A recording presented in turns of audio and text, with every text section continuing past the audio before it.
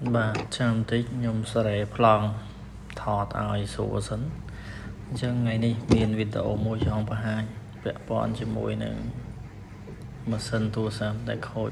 bà bọn xe vá chân xong sare plong môi ấy sàn sấn nằm bầy ở nghi số mơ tăng ngọt nè chân sầm mẹp chiêng đầy thay đầy chạy ai mơ ba tăng ngọt nè đại miền tu sắm đọc bầy pro mẹ một đám đại dương phơm cả là màu ngoài chân tới vi tranh nhào tiền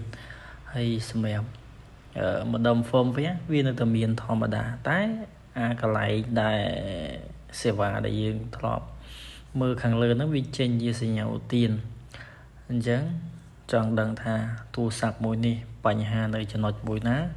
mưa tu sập ngay mưa tu sập mưa video nâng từng ở này chân bẹ pon cho mùi nâng bà cho bón để xa mà sân bảo dưỡng với đầm đà ca cho mùi nâng bà pon phai chi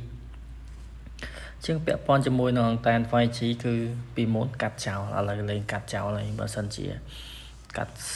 sai xe va ông tan phai chi cháu nó bà còn chế phai chi bảo dưỡng với rồi hỏi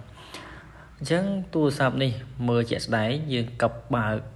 lệnh lớn chlong buồn hồi xám chân thời đằng thà buồn hồi xám mà sớm nó còn lan cả đại đó nhưng plei phẹp thà mà sớm nó phải lan cả đại để sai chứ gọi là cặp bài với chlong tại đây tái với chlong tị chlong buồn hồi nữa chứ còn đây là bởi sân nhập phèm pon với khlang mình thấy nó lộn sân này tại đấy cứ cặp chlong buồn hồi xám nơi mà sớm nó đã bạc chân chân tại đại chân thì xa miền tái scan vì mưa sân thá ta cầm đợi nó vi chlong mau bị cắt khăn lứa được cắt khăn khổm chẳng bây giờ nhom scan tới chầm mưa đầy nhom và hai tầng ở kia xem mẹ chiến để còn chọn phải vô bia cầm hồi bài nó ai tam video mỗi nâng dân nhom sân khơm thay nhom dây tới hiện chụp ba cho tầm bây ao nghe vô bây giờ nhom bờ lương nhầm scan tới khơi việc đào bua nói có chi scan đơn này thay vì cái đào màu pi cho nội này bây giờ nhầm scan tới cứ vì cái đào màu pi cho nơi căng khổm dân cho nói đi song khăn mình tên sầm mẹp chiêng còn trong vài dối cứ bây đây mà sân với miền pi một hẹn sân khác cứ bây giờ dương cặp từng lư từng khóm tơ khơi chlong cắt khổm bờ sân dịp pu hói cái này cho nói đi một tiết trong bài anh thà về để scan khơi háo complete vô phơi mà cú ti tăng đá vì là cần công đại nâng phong chân sòng khan bên tén về đá mà sân bồn bốn về đại diện cặp à toàn pu chứ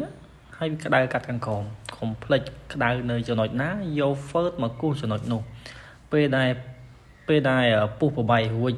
cứ cặp lên chlong hay vót cắt khóm có lên khơi chlong này tại sai một sân khác cứ to tại cặp tầng lư tầng khom tớp cặp vị chlong anh ấy chỉ nói chỉ bành há đấy vừa ở dương bà về để pu hỏi hay chăng về đại scan nó khơi vì cái đau nơi chỉ nói đại nhom cù vùng nắng đập về pu hỏi vì hiện nghi đấy là sai dương cù vùng sẽ làm mấy chấn biết mini xe na rồi có con đăng na để chấn vía đau từ lư ở xe nên con đăng là một lọc đại nhom cù nâng hỏi chẳng nhung khơi gì xe cả đà thì mùi đẹp bẹ pon cho mùi nước nấy xe và cho nên cắt lửa về đài cặp với việt long thì chứ việt long là cắt khăn khổm chắc cắt khăn khổm bao nhiêu về đài qua hậu mới có ọt khơi long này chẳng xe mùi này hỏi cứ đại vì miền Pành há chẳng vì bẹ pon cho mùi nước này xe và đài dương phở phải chỉ tông mà màu pi màu nó là cầm đại hỏi tranh sẽ nhau tiến nô rồi vì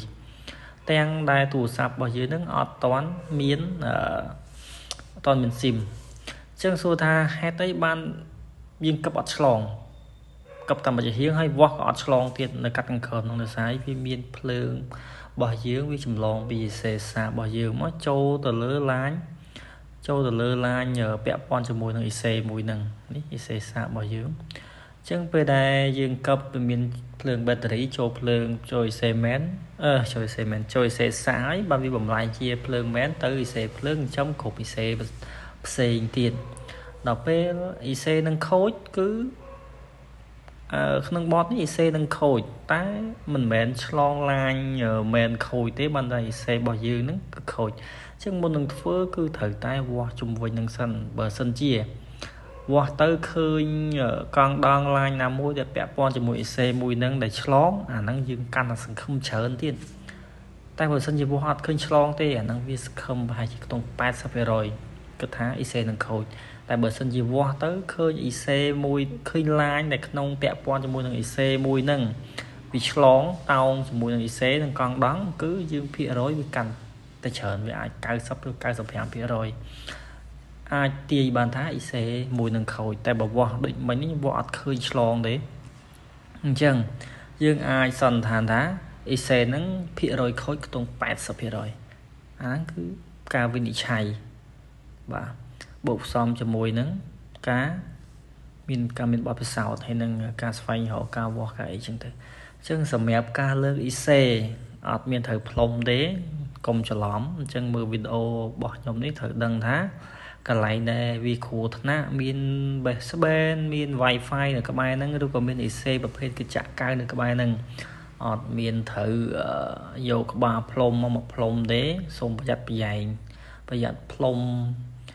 ជំងឺមួយវាចូលជាជំងឺ2 3អីចឹងទៅអញ្ចឹងសំខាន់ផុតគឺក្បាលមាន់ហើយក្បាលមាន់ហ្នឹងទៀតគឺត្រូវតែក្តៅល្អសម្រាប់លើក IC ហ្នឹងឲ្យបានស្អាតហើយ IC មួយនេះអត់ធំទេទូចខ្លាំងមើល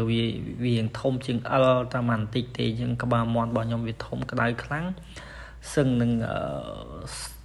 លូកទៅវាប៉ុនជាមួយនឹងក្បាលមាន់ខ្ញុំបណ្ដោយ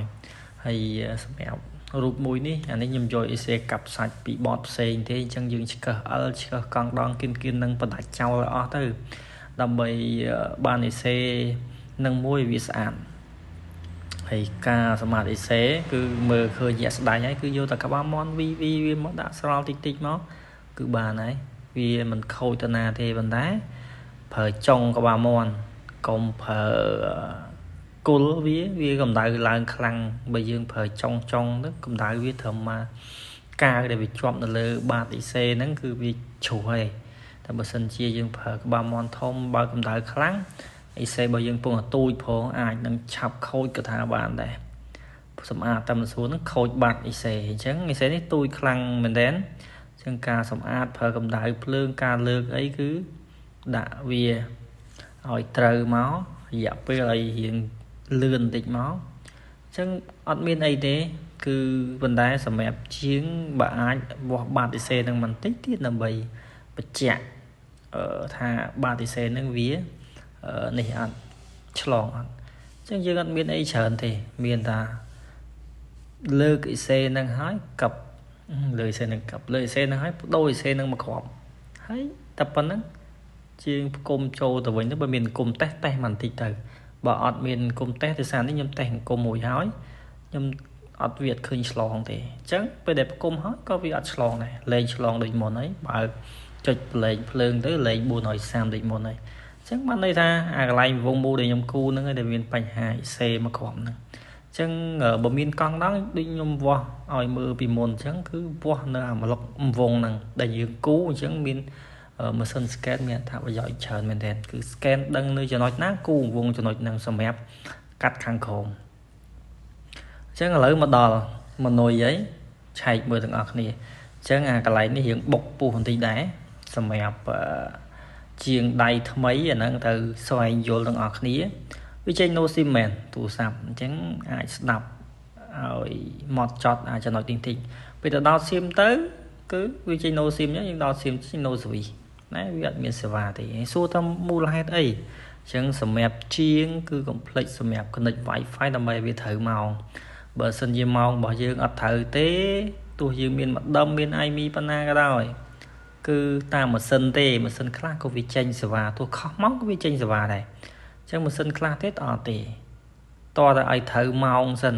ឲ្យត្រូវម៉ោងសិនបានសេវាវាមានអញ្ចឹងវាមានតាមសេរីម៉ាស៊ីនសិនខ្លះតតាសេរីម៉ោងសិនអញ្ចឹងមកស្ដាប់ពេលដែលយើងតេស្តទេទាំងនេះសម្រាប់ជួយពីអ្នកទឹកប្រាក់ចុចលេខ2សម្រាប់ការបញ្ចូលទឹកប្រាក់ចុចលេខ3សម្រាប់បញ្ជាក់ហ ហើយសម្រាប់ជាងដែលគាត់នៅគៀកឃ្លាំងម្សៅអីប៉ះចំម៉ាស៊ីនដែលវាឆ្លងកាត់ខាងក្រោមដូចខ្ញុំអីឬក៏ម៉ាស៊ីនឆ្លងតិច